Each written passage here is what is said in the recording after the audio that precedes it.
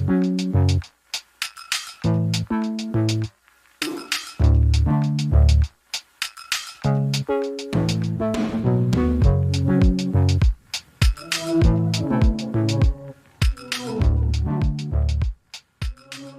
was so annoyed yesterday. We were taking the train home from Massachusetts, and I had all these movies on my Hoopla that I was excited to watch. Yeah.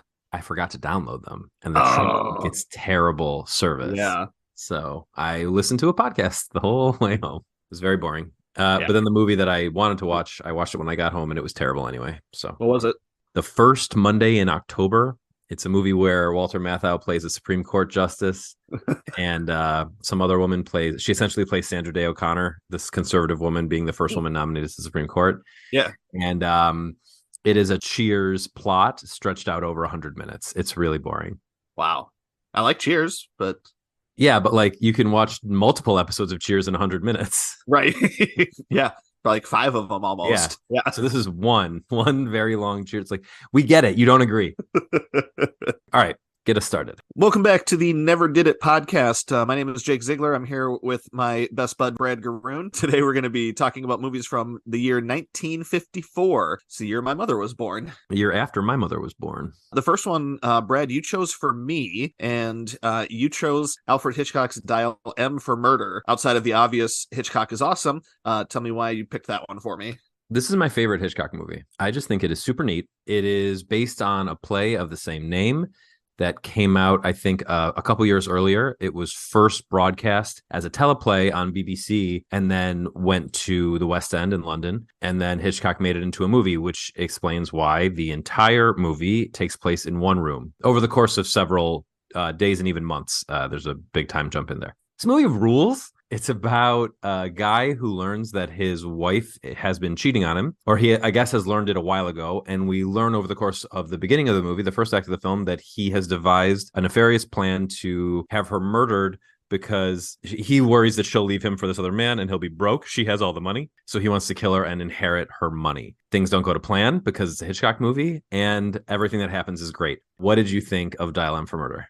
Yes, also loved it. I don't quite have a Hitchcock ranking, so I'm not sure where it would land for me in there, but it's certainly one of the better ones, I think, and that's saying quite a lot. There's two things about this movie that I love that it does. Number one, you've just got kind of a regular guy coming up with a scheme that he's obviously way in over his head on, and obviously just can't do, but he's trying. So he's just a regular guy, and then things start falling apart for him. And not that he doesn't deserve that, but so I love that kind of like just regular guy getting himself into a situation that he can't handle and trying to deal with all the various roadblocks and everything that get in his way. Like, what I really, really love about this movie is that once his plot to kill her goes wrong, he then immediately pivots and tries to frame her for another murder. And it's like you've got this whole almost like different movie. They go on this whole different tangent, and I love that. And I also love, I want to make sure I mention, I love movies that take place like in one room. You kind of have that 12 Angry Men sort of vibe, the one room sort of thing, and I like both of those. So this movie was it started off ahead for me before it even started. But yeah. I loved it. The performances were just magnificent.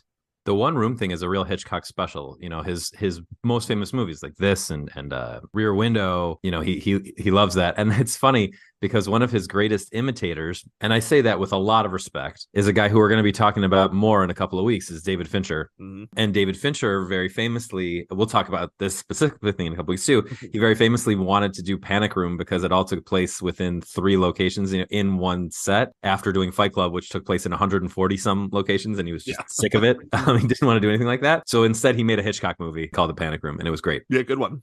Yeah, the pivot is really cool because well, I don't want to spoil any of it, but I think the pivot is okay because that's a plot point, and it's 50 totally. Yeah. But the victim of the eventual murder, who is not the intended victim, everything that leads up to that is really interesting too, because that's a sort of cat and mouse game that Tony plays with the person who eventually gets murdered against the plan. And it's very, very influential. There's a lot of Coen Brothers stuff you'll see in this. There's a lot of Fincher stuff you'll see in this. Anyone worth their salt who made a crime thriller or a guy wants to bump off his relative for the money thriller, which there are shockingly many. Yeah. They pull a lot from this. And most of the performances are very, very good. Like I mentioned, I don't know if it's Milland or Milland or he's wonderful. Yeah, I'm actually not Sort of, positive how to say that either. yeah, he's like a posh, but like maybe came into money later in his life because he clearly doesn't have any. He's still a little rough around the edges. Yeah, he kind of lives in this high society thing, but you kind of feel like, yeah, he wasn't born into it. That's certain. Right. And so he's wonderful. I love a movie that has like I mean, everyone does, but I love a movie that has a wonderful final shot or scene. And the way the plot sort of collapses on top of him at the end and his reaction to it is so funny. Yeah. And really leaves you. I mean, I can't imagine anyone watching this and not leaving loving it after that last shot and his last few lines. Grace Kelly is, of course, wonderful and so hot. You can understand why people are fighting over her and would do great many things to not have their life be without her, lest she not be in the world. Robert Cummings is all right as the guy that Grace Kelly's having an affair with. He didn't like. I actually did not rewatch this. So much of this movie is burned into my brain. I've seen it a few times, but I didn't rewatch it for the podcast. But so he's not the most memorable, but who is John Williams as the detective. I loved him. Absolutely loved him. He's amazing. So I just as over the things we are recording this right after Thanksgiving. Over the Thanksgiving break, my in-laws family watched Witness for the Prosecution, and he's also awesome in Witness for the Prosecution as the sort of assistant lawyer who's dealing with the star of Witness for the Prosecution. Really, Tyrone Power is the main character, but really the star of Witness for the Prosecution is Charles Lawton. So John Williams plays Charles Lawton's assistant in Witness for the Prosecution, and he does a great job of bouncing off Charles Lawton in that, and he's wonderful carrying the plot weight of this movie. And he's sort of a Hitchcock regular. I mean, Witness for the Prosecution is a Billy Wilder movie, but Lawton's also very funny in To Catch a Thief. I don't highly recommend Catch a Thief, but I mildly recommend To Catch a Thief. But Williams is hilarious in it. What do you think of the performances? I thought the performances were just across the board excellent. I mean, Grace Kelly is just so good in this, as she's figuring out kind of, what's going on. It's a Hitchcock movie in the 50s. It's not like he wrote amazing parts for women. I mean, but for this one, I mean, it's pretty good. I mean, she is pretty smart and she is pretty, she is pretty capable of doing a lot of these things. And I think she just plays it perfectly as as she's figuring out kind of what's going on and, what kind of people she's involved with. And she's great. I mean, she is, I hate this word. I see the word thrown around on the internet a lot. Like, this is so iconic, this or that. But I mean, Grace Kelly is, I mean, she's Grace Kelly. I mean, she's amazing. Very, very good in this. And yeah, I loved the John Williams and I loved him so much, just the verbal sparring, like the looks that he has and like just the way he talks. You always know he kind of knows a little bit more than he's letting on. And he's like really good at doing that. And I don't know how you develop that skill as an actor, but I mean, every scene was just like, it was just really perfect. I mean, the dialogue, this feels like one of those movies where it's like they had to follow the script like word for word because it's so intricate and so detailed and involved, the way people figure things out and like so the way the big pivot that we already talked about and everything. It's just, yeah, I thought everyone was excellent. And Ray Milland, certainly great. Robert Cummings maybe could have been played by somebody else. Or anyone. Really? Or anyone, sort of thing. He doesn't have a lot of distinguishing characteristics, but he does, kind of play an important part. There's the one scene he has where he's laying out a hypothetical situation, but it's like literally exactly what the Ray Milland character had planned. And I thought that was just a really cool scene. And yeah, it's like if you like movies where someone could say, yeah, it's just all talking. It's all talking, but it's really interesting and it's really well played. I loved this movie. I'm really glad I finally saw it.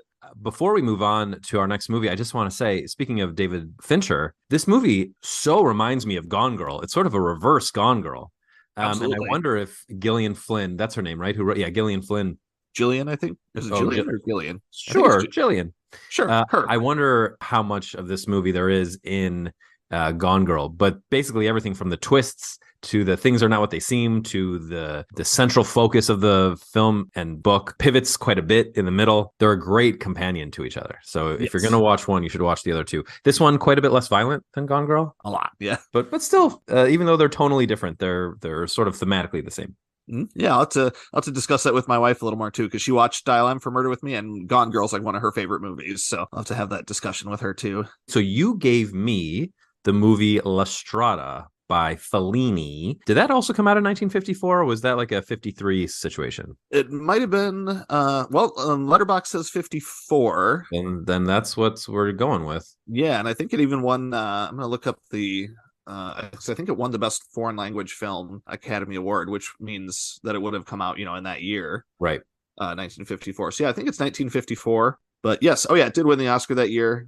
So yeah, it's a definite 1954 movie. You know what? It actually came out in the States. It didn't come out until 1957. But for the purposes of this podcast, we're having it go from 1954. We break our own rules a lot. We do just when it makes sense. I mean, there were just for me in 1954, there just weren't the only other movies I had seen from that year were Seven Samurai and Rear Window, which both you had seen already. Great movies. Wait, so but whatever, we're bad boys. We can break our own rules. It's fine. Of course. So tell me why you gave me La Strada. Is it just because it was the one movie you'd seen that I hadn't seen? Well, to say I have seen it is almost not entirely accurate because I had done something similar to this actually. The film series that we're doing with a friend of mine, Jeff Richardson, who I know we've mentioned on the show before. He and I would pick movies for each other to watch, kind of thematically. And I think this one was either we were picking international films or maybe even road movies for each other. I can't remember which one it was a part of, but he had given it to me. And I never actually finished it. So, wow. Yeah. So I had sort of seen it, sort of not seen it. And I always had wanted to go back to it because, it's La Strada. It's got a good reputation. It's Fellini. I mean, why not watch a Fellini? So, yeah, it seemed like a good pick and one that I've been, like I said, meaning to go back to for a very long time. And you are a big fan of Raging Bull, right? I do love Raging Bull. Yes. Yeah. So that movie doesn't exist without La Strada. Absolutely. Yeah, no question. And love Raging Bull is hard. It's hard to love a movie like that. But I mean, I think Raging Bull is great. Yeah. Maybe love's not the right word. So I'm glad you said that because I really struggle with Raging Bull. I find it really punishing to watch. I'm sure most people do. Some people probably get more out of it than I do. And right off the bat, I thought, wow, this is just Raging Bull, but a little bit kinder. Not a lot kinder, but a little bit kinder. Yeah. After I finished watching it, I wanted to see what Martin Scorsese thought of it. And it turns out it is the basis of Raging Bull. Yep. Shouldn't be surprised by that. Yes. So do you want to tell everybody what this movie's about? Sure. It's really a simple story. There's a circus guy, Zampano. He's like a strong man. He breaks chains with his chest, and he's just a big burly dude. He comes to this family. Apparently, he had already had one of the daughters from this family, and the sister had died. So this circus strong man, he comes back and he needs another assistant. So he comes back to this family and he pays the mother 10,000 lira to take this woman on the road with him, and she learns how to perform with him, and she's basically kind of stuck with him. And man, he's just a dick. I mean, he's cruel to her and he's abusive to her, and he's short-tempered, and there's a character who really just wants to push his buttons for no other reason than really just to do it, and he incites a lot of anger. And this guy, so yeah, there's a lot of anger and there's a lot of abuse in this movie. It was a little bit tougher than I thought it was going to be. Like, man, this is just hard to watch because the woman, I mean, she's just she's so sweet and innocent and kind of gets she doesn't want to go off with this guy, but the mom's like, well, need the money and one less mouth to feed, so see you later. Yeah, she gets given up by her family and then has to go live with this brutish, but she also develops some affection for him, which is there's a lot to unpack in this movie. She's amazing. Giulietta Messina is her name, and she's Federico Fellini's wife in real life, or she was. So she appeared in several of his movies. This is probably the one she's most known for. When I started finding the movie tough was not so much when Zampano was cheating on her and beating her up and verbally abusing her, but when she thought she had found other people to take care of her, be kinder to her. They even were abusive towards her.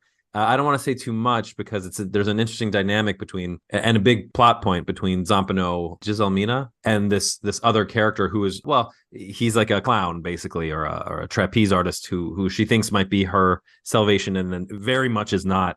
And then some big things happen between the three of them that sort of lead to the end of the movie, and it leads to her sort of completely breaking down, and then Zampano having just run through another woman in this family. What I found most interesting about the movie was that the last, 10, 15 minutes are not about Giselmina, even though she is the main character of the film. But then it leaves her behind entirely and focuses only on Zampano and how his life completely deteriorates after her. And that's another Raging Bull bit where after he gets through with his wife and his brother, his life just completely falls apart. So there's a lot there. I liked it. I liked this a lot. I think I liked it more than 8.5, maybe because it's a little bit more straightforward. Yeah. It's easier to understand. It's harder to watch. I mean, 8.5 is a hoot. Yeah. This isn't that. But there are two sound things I want to bring up. Mm-hmm. One is I thought this would have worked as a silent film. Absolutely. Yeah. I mean, it's just the whole dynamic of it would have fit perfectly. Well, it reminded me a little of the Blue Angel from that era, from that era too. So friends of the podcast will remember that episode.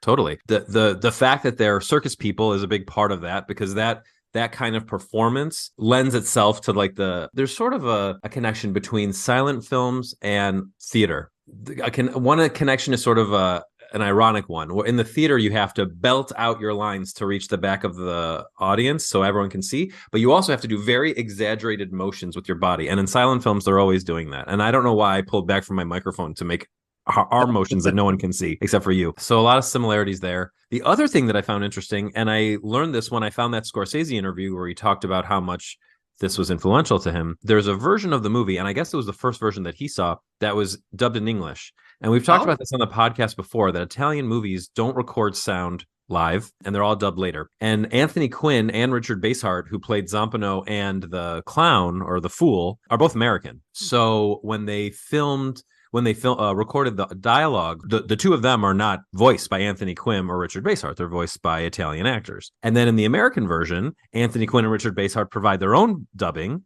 and Giulietta Messina doesn't. Scorsese thought that the movie lost something without her vocal performance, even though he said that the woman who did it for her, who I forget who that was, did a good job. But you get Anthony Quinn and Richard Basehart. And given how the movie ends with Zampano and not with Jesselmina, I'd be interested to watch that version too. I couldn't find it. Yeah. Oh, I would definitely be curious to see that for sure. Yeah, I didn't know that there were. I didn't know or either forgot that there was also an English dub version. But Anthony Quinn, I mean, that makes sense. Yeah, yeah. Fellini has a gift. Obviously a very visual gift. I mean, all the set designs of everything. It all looks great. I mean, it's shot beautifully, like all of his movies. I mean, the black and white, really works for this style, especially with all like the makeup of the circus and everything. I really felt for that main character because it feels like she just keeps getting thrown into things that she can't control, and she's doing her best like to try to make the best of it. She's like, all right, I'm stuck with the Zampano guy. I'm gonna try to be nice to this guy who is just crazy abusive to me. But yeah, I mean, I still think it looks beautiful. I just love the whole aesthetic style of it. Fellini was really great at that. I'm not saying anything controversial there. There's a reason you know his name. Yeah, absolutely. Yeah. Even if you don't know like what he is, like if people don't know like, oh yeah, he's the Italian director who made blah, blah, blah, you've probably heard the name Fellini in relation to film before, for sure. What do you think about this theory that Zampano is the star of the final 10 minutes of the film because Fellini wanted you to feel empathy for every character? So you feel for the fool when the big thing that I won't spoil happens to him. You feel empathy for Jesselmina the whole film, and that you couldn't feel empathy for Zampano unless he was removed from Jesselmina because he was so awful to her. That he wanted people to feel sympathy for him? Mm-hmm. Ooh, that's a tough one because I'm not sure if that was the actual intent or if that's just like more of a cautionary tale. Like, if you live your whole life like this is how it's going to end. Yeah. For you, for you. And I'm not sure if he's asking us to feel sorry for me. And he just spent 2 hours telling us what an awful person he is. Right. And there wasn't a lot of like redeeming quality there. There wasn't, there's some movies where there's like bad guys or bad characters where you're like, oh man, he would just be good if he just, did this, or like he can be good. There's a goodness there. And I don't think that the goodness is there with him. So I'm going to say, I don't think the intent was sympathy. I think the intent was more like, look at how sad and pathetic this is. Right. Well, he might have been good had he been a completely different person all the way around. Right. You would have to change 100% of the things about him. Yes. All right, cool. So we had 2 great movies this week. You mentioned you only have 4 movies in your 54 list. Yes. So I have a few more, and I think they're worth shouting out. I have a top 7, I guess. 20,000 Leagues Under the Sea, starring Kirk Douglas and James Mason and Peter Lorre and Paul Lucas are all in that one. And for the time, the effects are like pretty good, and it's got Kirk Douglas singing, so that's fun. Nothing wrong with that. The original teleplay of 12 Angry Men, which I believe was broadcast on Studio One, which was an anthology television series. So it's a 54-minute version of 12 Angry Men. That aired in 1954, and it's pretty good. It's not as good as the one that you're all familiar with from a couple years later, the Henry Fonda 12 Angry Men, but it is pretty good. Then I have On the Waterfront, the Elia Kazan movie starring Marlon Brando that is very famous about union workers, so very relevant today. Have you seen On the Waterfront? That's a shocking omission on my list. One of those ones that like, yeah, I probably should have seen that by now, but I haven't. I'm sure had I not seen Dial M for Murder, I would have given you On the Waterfront. Mm-hmm. And then next I have La Strada, which we just talked about. And next after that, I have Dial M for Murder, which we just talked about. And after that, I have These are not in order, by the way. These are just great movies I've seen before. Seven Samurai, the Akira Kurosawa film that eventually became The Magnificent Seven. And Rear Window, because Alfred Hitchcock just had the craziest year. Yeah, Rear Window is a stone cold classic, too. I mean, that's probably one of my favorite Hitchcock movies, and I know my wife hasn't seen it, and that's on our list to check out too. My wife introduced me to it. Very, very good. You chose wisely. I did. That is something that Jake said at our wedding when he officiated it. It did. Did either of these movies win any Oscar? You mentioned that La Strada won Best Foreign Language Film. Yep, La Strada, it won the award for Best Foreign Language Film, and it was also nominated for the Best Original Screenplay, which I want to say maybe was the first time that Fellini was nominated. Oh no, he'd actually been nominated because he'd written a couple other movies before. They weren't movies that he had directed. Like I forget that he had co-written a movie called Rome Open City, which is Rossellini, a very famous Italian film. Yeah, so La Strada was up for the screenplay for that, and then the foreign language film as well. No Academy Award nominations for Dial M for Murder. It was nominated for one BAFTA. Well, the Brits know what's up. That's true. Yeah. Great. Well, thank you for joining us on this episode of Never Did It. We'll be back next week with a really upbeat episode. Just kidding. 1993. Use your imagination. We're nervous about it. If you want to know what is coming out next week, go to our Letterboxd profile. You can find me at Brad Garoon on Letterboxd. I think Jake, you're Jake Ziegler on Letterboxd. Yep, it's Jake_Ziegler. And both of us have pinned to our profiles our Never Did It podcast list. You could also just search for the Never Did It podcast list. And the 2 movies that will be discussed on next week's episode are always at the top of that list. So check that out. And thank you for joining us for Never Did It.